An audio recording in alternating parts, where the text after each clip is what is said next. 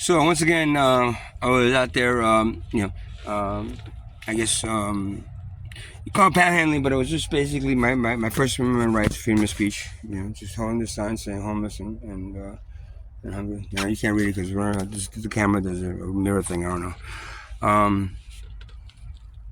And again, this is the fifth ticket I've got so far for panhandling. Ticket. Which means that my First Amendment rights and you can Google it, First Amendment rights panhandling. It's protected by my First Amendment rights. It's freedom of speech. The appellate courts, the federal courts, a lot of these courts have struck down these laws,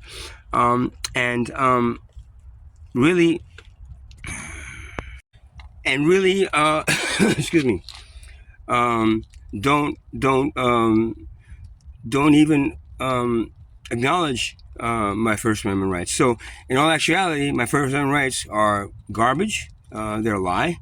They don't apply when confronted with city and state laws, cruel city and state laws that and compassionate that do not account for people that cannot afford the high cost of living that has been imposed on us. So instead of and social services doesn't help. I make disability, they don't help. So I'm again, we're in that bubble and that place in between, that bubble in between where the Social Security doesn't help us. Social services doesn't help us, but everything's so expensive that my Social Security doesn't cover not even a place to live, much less food and everything else that is due me as a human being. So then I have to then deal with the fact that these courts and these laws that protect the rich from the poor. The rich people don't want to see us panhandling. I don't want to see the stores. I don't want to see them panhandling. Across the street from my store, because then people get upset. What do they get upset for, man? This is the reality.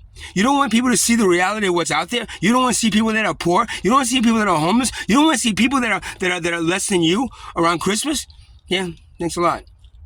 They're coming in and throwing us out tomorrow for this place. That's the new one. So everybody's talking about it. So they're going to come in and toss us out into the street. So I lose everything in this place. Hopefully I'll try to get, he'll let me stay till Friday so I can rent a car and get my drums and some clothes out of here. But that's about it. Everything else is going to be trashed in this place that I lived in for 2 years. So there's your laws. Meaningless, mean, cruel.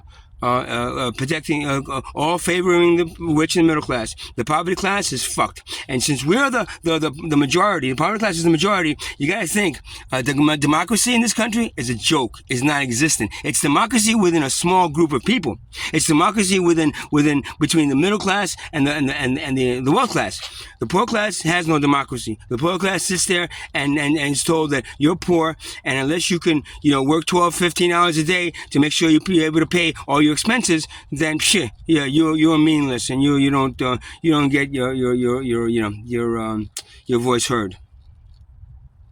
I want to repeat, this is a sorry excuse for civilization. And if you think there's a God up there that accepts what you do to his children, you're mistaken. Because all these laws, all these cruel, uncompassionate, unempathetic, all these laws that you have that basically favor the rich over the poor, that protect the wealth class from the poverty class, and keep the poverty class in their place, all these laws,